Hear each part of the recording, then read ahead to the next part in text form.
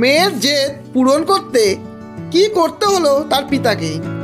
বাবা যখন অফিসে যাচ্ছিল, মেয়েটি রাগে মুখ ভার করে বসেছিল, কারণ মেয়েটি জেদ করেছিল যে তার একটি নতুন স্কুটি লাগবে, তাও আজকের মধ্যে।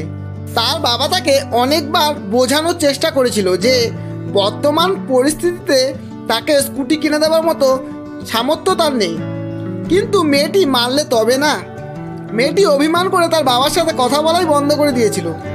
বেচারা বাবা কি আর করবে, অনেক চেষ্টা করেও মেয়ের রাগ ভাঙাতে পারেনি।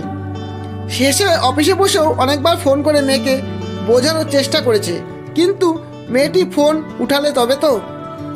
তখন এই পরিস্থিতিতে সেই মেয়েটির বাবার মানসিক অবস্থা খুবই খারাপ হয়ে গিয়েছিল, আর সে বুকে হালকা হালকা ব্যথা অনুভব করছিল। তারপর সে তাড়াতাড়ি করে অফিসের ম্যানেজারের কাছে গেল, আর তাড়াতাড়ি করে ইমার্জেন্সি লোন পাস করিয়ে গাড়ির শোরুমে চলে গেল। সেখান থেকে লোনের টাকায় মেয়ের জন্য একটি নতুন স্কুটি কিনে ফেললো। তারপর মেয়েকে আবারও ফোন করলো এটা বলার জন্য যে তার স্কুটি বিকেলের মধ্যে তার কাছে পৌঁছে যাবে, কিন্তু মেয়েটি এবারও ফোন ধরলো না। এখনও সে অভিমান করে মুখ ফুলিয়ে বসেছিল। আসলে খুবই জেদি ছিল সে।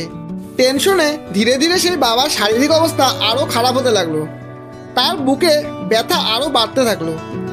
খুবই ভালোবাসতো তার একমাত্র মেয়েটিকে, তাই মেয়েটি ফোন না ওঠানোয় তার বুকের ব্যথা আরও তীব্র হতে থাকে।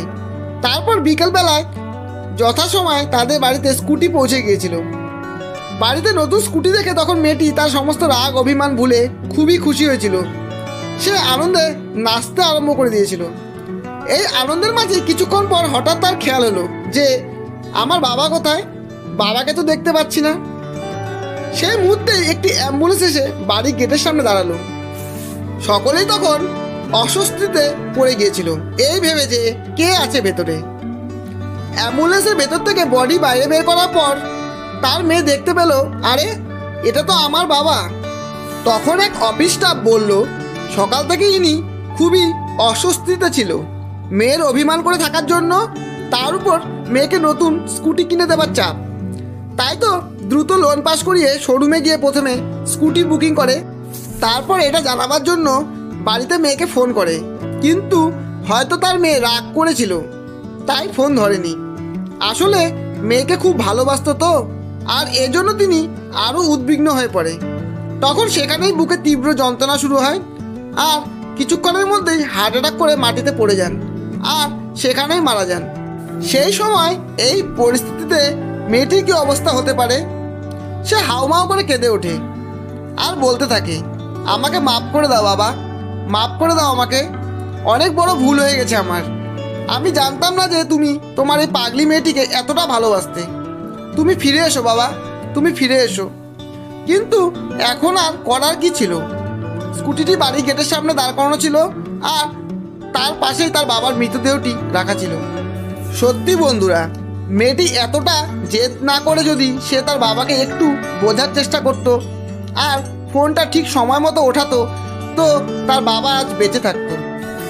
আজকালকার বাচ্চারা, সে ছেলে হোক বা মেয়ে, আমার অনুরোধ, বাবার ইনকাম বাড়ির পরিস্থিতি দেখে একটু বোঝার চেষ্টা করো তোমার চাহিদা পূরণ করার ক্ষমতা তোমার পিতা বা পরিবারের আছে কিনা। না থাকে তো একটু সবুর করো। পিতা মাতা কখনো তাদের বাচ্চাদের কথা অবহেলা করে না। গল্পটি শেষ অবধি শোনার জন্য অসংখ্য ধন্যবাদ। এরকম আরও গল্প পেতে হলে চ্যানেলটি সাবস্ক্রাইব করে দেবে।